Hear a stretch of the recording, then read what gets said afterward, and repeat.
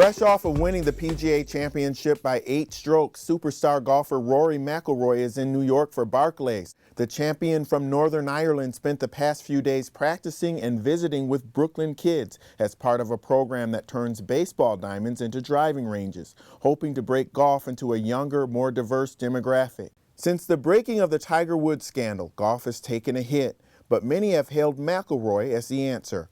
Armed with several high-profile, lucrative endorsement deals with companies like high-end resort Jumeirah, McIlroy has evolved into a brand ambassador who helps companies reach younger, affluent customers with a geographic appeal that reaches far beyond North America. I sat down with McIlroy to discuss his business and his brand, and the luxuries and complexities that go along with being a famous 23-year-old multimillionaire. How are you? I'm great, thank you. What are the top endorsements that you have right now? Because we're going to get into a discussion about branding. So, Jumeirah Hotels and Resorts, Titleist, a Acushnet company, which is equipment and footwear. I have Oakley Apparel.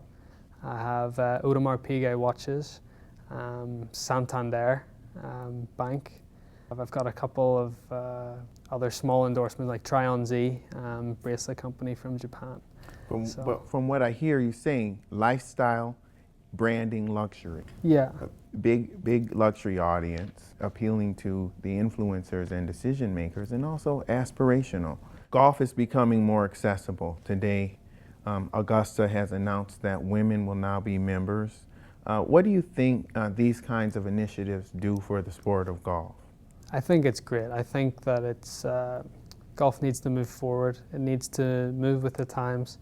And things like I did today in Brooklyn, or even Augusta being admitting female members, it's a progression, and it's definitely for the better. It's no secret that since the Tiger Woods controversy, the sport has taken a hit.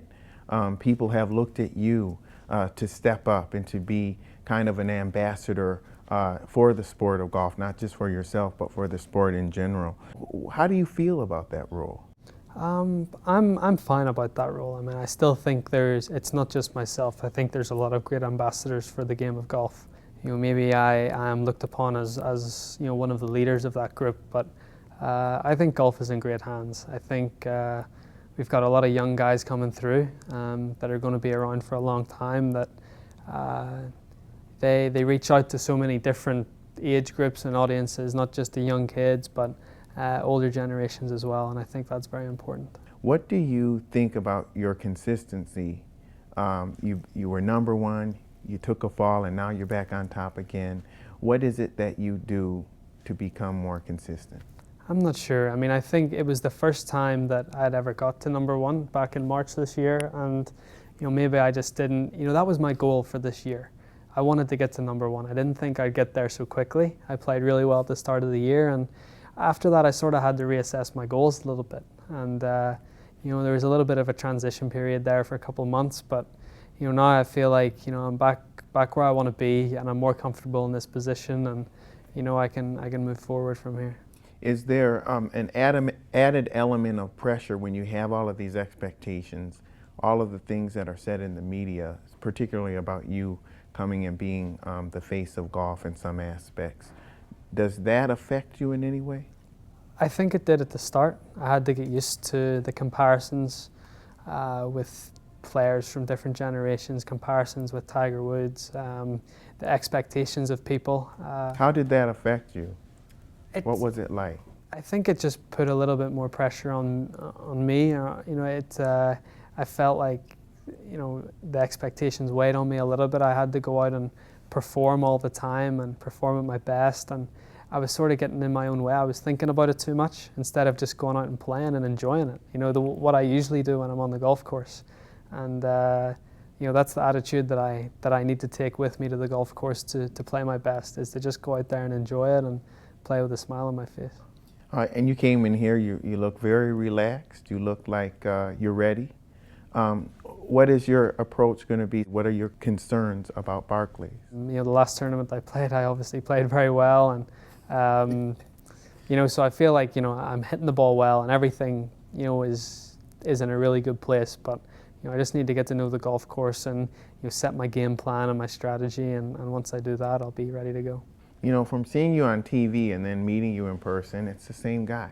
I mean, you are a very understated guy, very humble, just a regular young person. You like hip-hop music, you like pop culture and all of those things. I feel like I had a very good childhood. I didn't miss out on anything. I had a great bunch of friends, led a pretty normal life. I might have played a little bit more golf than everyone else, but everything was very normal. I came from a working class family. My mum and dad raised me to appreciate everything that I have and everything that I've gotten. So that's really been the biggest influence on my life. Did you go through, because we talked a little bit about some of the American celebrities and how they go through a transitionary period of wasting money and kind of getting caught up in the excess of all of the fame and all of the fortune. When you became an overnight millionaire, was there any effect on you? Yeah, I've always had a soft spot for cars. That was sort of my, so I've had, I sort of got it out of the way early. I've had the Ferraris and I've had the Lamborghinis and I've had the Bentleys and, but. What do you mean you've had? Did you sell them? I've had, yeah. You got rid of them? Yeah. Why? Yeah. I don't know, I just didn't, they're fun for a few weeks or a couple of months, but then I felt like there was always something better coming onto the market, or there's always something new. And, at the minute I actually don't own a car at the minute. So you're walking, Rory. But I am in the process of buying one. I'm looking for one anyway. So, but yeah, I did go through a period like that where, you'd buy a car and 2 months later you'd be selling it for whatever it was cheaper than what you bought it for, and you're just like, what am I doing this? Yeah, exactly. Did you get any pushback from your parents? Because I know that they are big on trying to keep you grounded, trying to stay humble. What was that like? Yeah, they were fine. They, at the end of the day, it's, my money, and, they've always said they'll support me 100% what I wanted to do. And I think they sort of thought to themselves, he'll grow out of it and he'll learn for himself. But I'm in a position where, we do make a lot of money, and it's nice to be able to treat yourself every now and again if you want to. And you mentioned, coming into wealth and your financial strategy and things like that. How do you handle that? Are you involved in your investments? A little bit, not too much though. I feel like I've got a really good team around me that know more about what they're doing than I definitely do. So, but they'll always come to me. As I said, it's my money, and they're never going to make a decision without my approval. What kinds of outside investments are you involved in? I'm actually part owner of the yacht company Sunseeker, so I've got a slight stake in that, and I've bought a few shares and stuff, but nothing really significant, So I would say I'm pretty safe with my money, especially nowadays when there is a lot of risk out there, and you just got to sit tight and wait and see how things go over the next 12 to 18 months, and maybe make put together a more long-term strategy from then.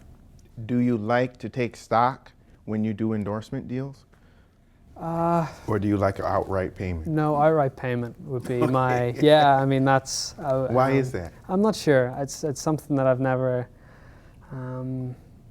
maybe as I get older, or as I, develop more knowledge about the, financial structure or just the way the whole world works. My views might change, but I've never really been big into the stocks and shares. It's not, I've rather just had cash there instead, So. Mm-hmm. And it's interesting because your relationships with your sponsors and the people that you work with have broken you into foreign countries, right? You're big in Dubai, mm-hmm. You're big in Italy, and mm-hmm. all over the world, really. But Dubai is a key market for you, am I correct? Definitely for Jumeirah, one of my sponsors.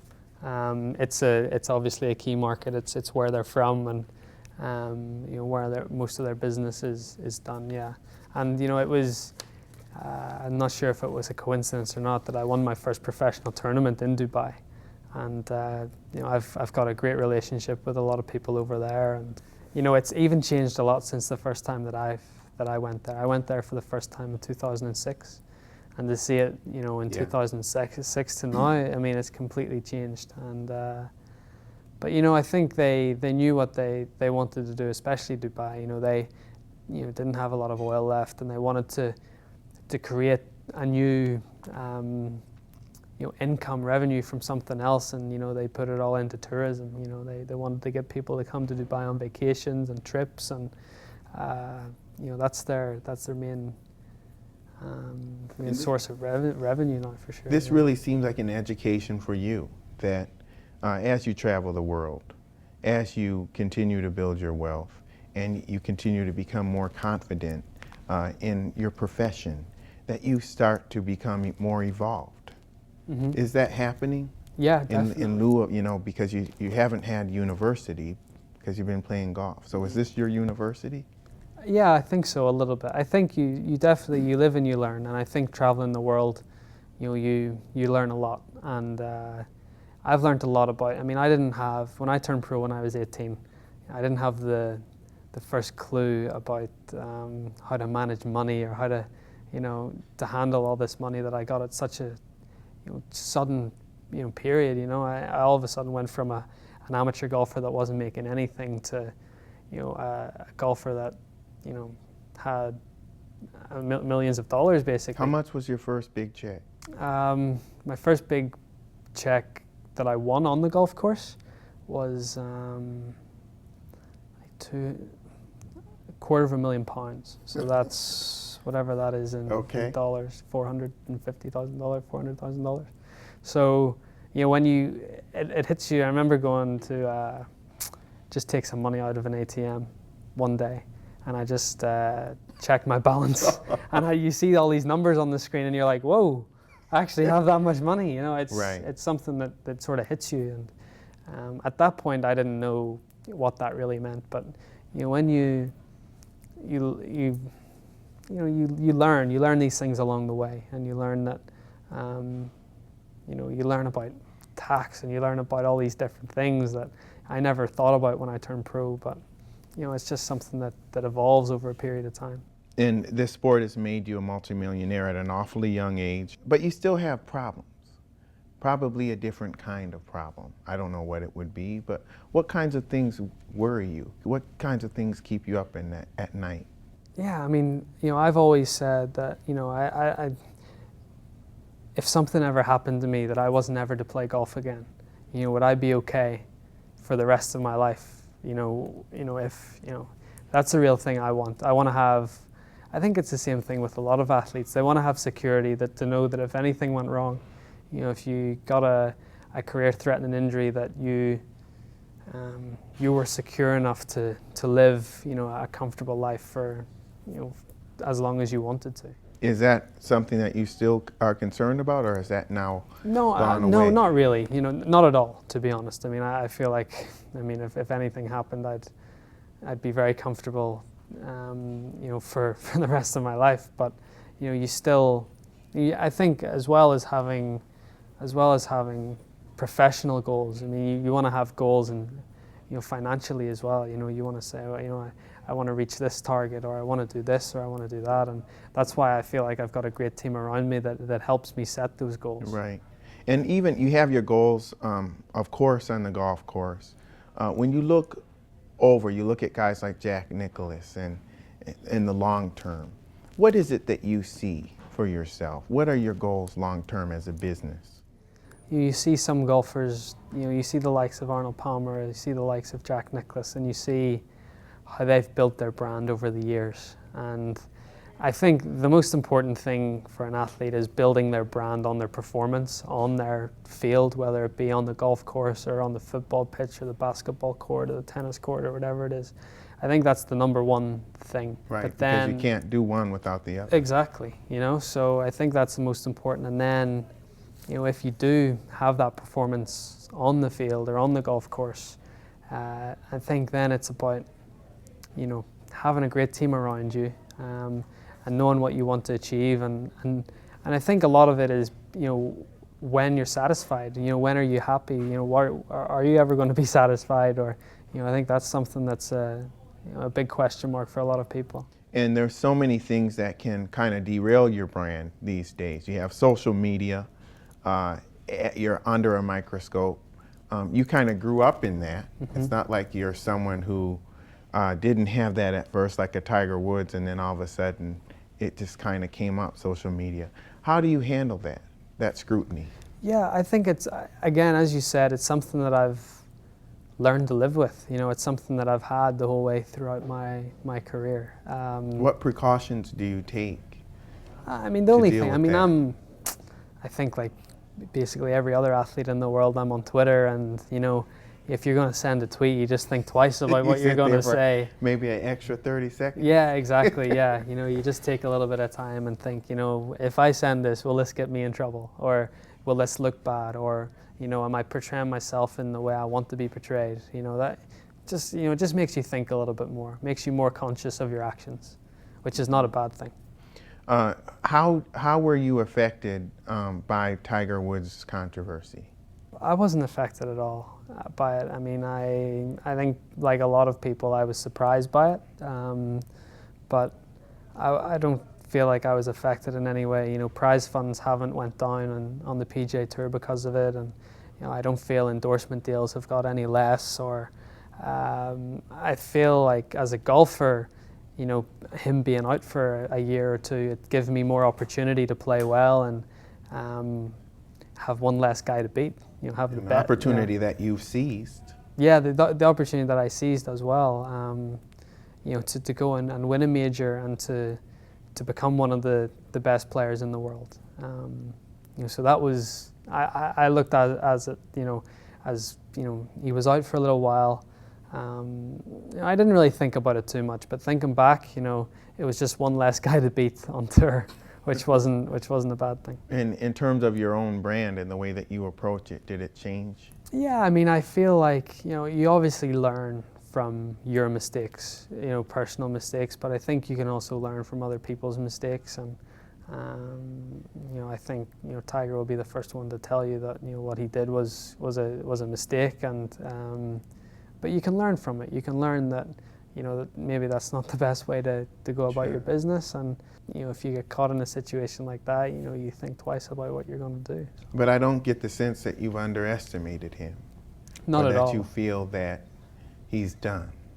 Not at all. He is, I've played with him a lot this year, and he's hitting the ball really, really well. And I think it's just a matter of time before he comes back. And he's already given himself chances to win in the majors and hasn't quite played well enough at the weekends. But, if he keeps this progression going, he's going to have a great chance to win, sometime next year or the year after. And, a lot of people say that he might never be as good as he was, but as good as he was the best ever. And if he comes back to anywhere near that level, he's going to be pretty hard to beat. And really, what are your immediate goals over the next 5 years as a golfer? What kinds of targets are you looking at?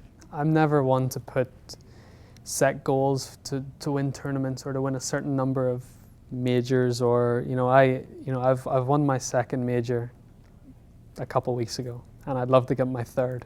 Whether it's next year or the year after, I'm not sure, but I just want to keep progressing and moving forward. And as a golfer, my goal is to just improve, and practice hard and put everything I have into it. And I'd love to sit here and say, I want to win 10 majors when my career's finished, and I want to do this, but I never have been one to put a number on it. I just want to play and play well, and if I play well, I know that I'll have chances to win many golf tournaments. When you sat down, we had a talk about wealth and how quickly, when it comes quickly, the psychological experience that goes along with that. And you made a comment that really resonated with me. You said you can only have so much. You only need so much. You only need so much. What did you mean by that? And have you experienced that firsthand? Again, it all depends on the individual and how much they feel they need to live the lifestyle that they want to live. And obviously if you have a lot of money and you have enough for yourself, then that's when you can start to give back to people. Do you find yourself in that stage now, or is that a little further out in terms of the real philanthropy that you want to do in your life? I think that might be still a little further out, but I'm definitely reaching that stage where, you know, I feel like if I keep playing the way I play on the golf course, I'm hopefully never going to have to worry about money, and then, you know, there might be a day where, you know, I want to give, you know, a lot back, because I feel like the game's given me a lot, and you know, I'd love to give some back. And there's not this conscious decision where you're saying, I want to be a billionaire one day, or I want to be worth X amount of dollars. I think there is, you know, a point where you say, I want to be worth whatever amount it is. But, okay. Yeah, but you want to, again, it's up to the individual what they feel comfortable with. So whether it's, you know, 50 million or 100 million or a billion. What is your number? I don't have a number yet.